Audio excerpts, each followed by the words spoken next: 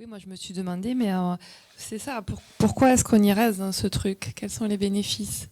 Je vois pas, alors je pense que le truc qui vient, c'est la peur, parce que du coup je suis rien, mais c'est que mental, ça descend pas. Donc voilà, je suis un peu quoi? Oui, c'est une bonne question, hein. Merci de l'avoir posée. Ensuite, Non, mais c'est ça, j'en suis là, parce que mais bien sûr, mais tu as parfaitement raison. Et euh, c'est effectivement de voir nos modes de fonctionnement. Euh, Dans nos modes de fonctionnement, euh, tout ce qui nous plaît pas, on se ferme en fait. On vit globalement dans nos vies plutôt tranquillement, bien que y ait 4000 personnes qui se noient dans la Méditerranée, des enfants qui sont, enfin bref, des guerres, etc., etc. Donc, c'est ça qui nous empêche. C'est-à-dire que d'une certaine manière, et pour le ramener plus près, c'est un peu comme les médecins qui travaillent au cancéropole, où beaucoup de gens qui sont atteints d'un cancer disent mais ils ne sont pas humains, quoi.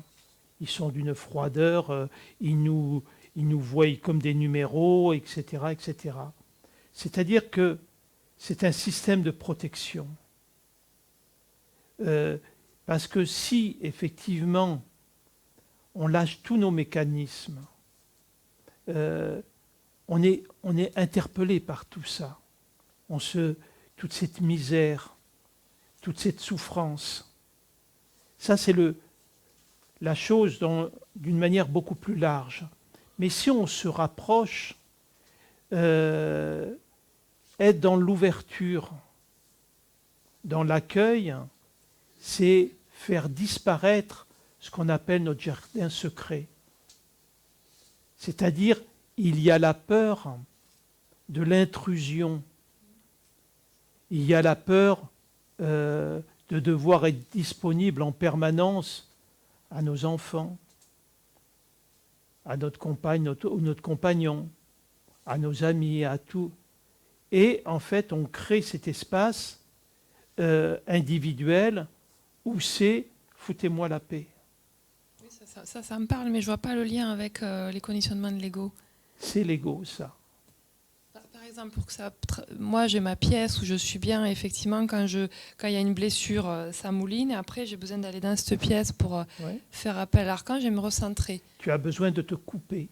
Mais parce que sur le moment, je suis parasitée par les hormones et tout ce que ça fabrique Oui, dans la tête. bien Je sûr. suis collée au truc. Tout à fait.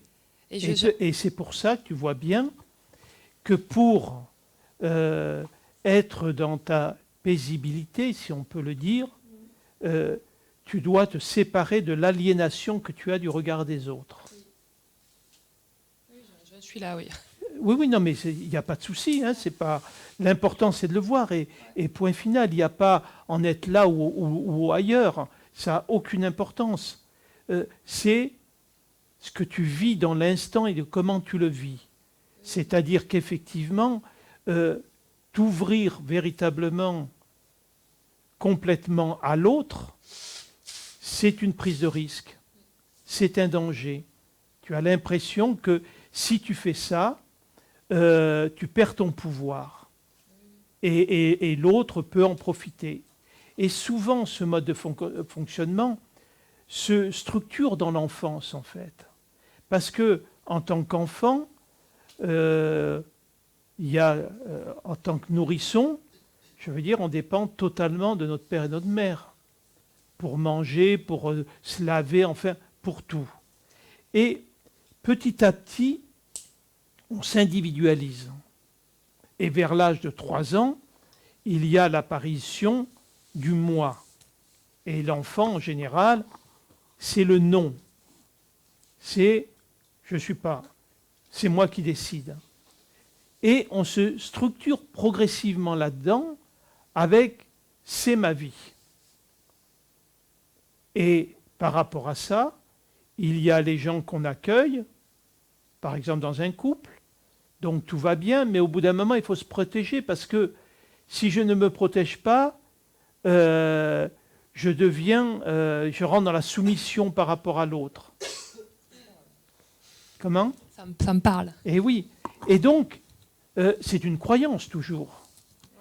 Et donc, comment faire? Je me protège, je le mets à distance, je me mets à distance de son désir, je me mets à distance de ses demandes, et c'est quand moi je le décide que je vais m'ouvrir. Comme si qu'il fallait se fermer pour dire non. Tandis que rester dans cette ouverture, en connexion avec qui je suis, que je sois au milieu d'une foule ou que je sois tout seul dans un lieu que j'ai décidé, tu es toujours toute seule. Sauf que le regard de l'autre, pour toi, est intrusif. Et tant que tu ne le laisseras pas traverser comme une vitre laisse traverser la lumière, tu auras ce sentiment qu'il faille te protéger. On pourrait dire que ce serait mon conditionnement égotique. C'est un des conditionnements. Le plus important, c'est-à-dire la blessure de la séparation. Et c'est pas celle du rejet, parce que moi j'y vois beaucoup le rejet de me protéger. Après, ça vient. Mais d'abord, c'est le schéma de la séparation. Il y a moi et un monde qui peut être dangereux et dont je dois me protéger et où je dois m'affirmer pour pouvoir exister. Je le vois vraiment. Je le vois vraiment à l'œuvre. Et là, j'ai fait une formation, ça s'est super bien passé. Je n'étais pas parfaite et je ne suis pas morte. J'étais ouais, yes, je progresse. Et le soir, j'avais un repas avec des collègues du collège. Et là, j'ai vécu le rejet parce que c'est des gens qui me font bosser, là, entre guillemets. Et donc, j'ai compris qu'ils faisaient des fêtes où je n'étais pas du tout invitée. Putain, ça a été super chaud. Et à partir du moment où j'ai vu circuler les photos, là, donc là, j'ai vu le truc à l'œuvre. Et la nuit, ça a continué à travailler. C'est le matin, quand je me suis posée dans ma pièce et là où ça a décanté. Mais j'étais en mode, voilà. Oui, mais c'est bien de l'avoir vu. Ouais. C'est bien de le voir et de voir qu'en fait, c'est toi qui vis le rejet. Parce que si on regarde le nombre de fêtes où tu n'es pas invité, c'est énorme. Oui, mais je sais aussi que ces gens, je les ai rejetés parce que je suis beaucoup dans le jugement. Mais forcément. Donc j'ai eu le boomerang. De toute manière, comme toutes les blessures, quand on a la blessure du rejet, obligatoirement on rejette les autres. Ouais. Et les autres nous rejettent. Et c'est complètement normal. Donc, la clé, c'est de vivre notre état individuel sans perdre conscience de l'unité qu'elle sous-tend. Un petit peu, je reviens à un acteur de cinéma.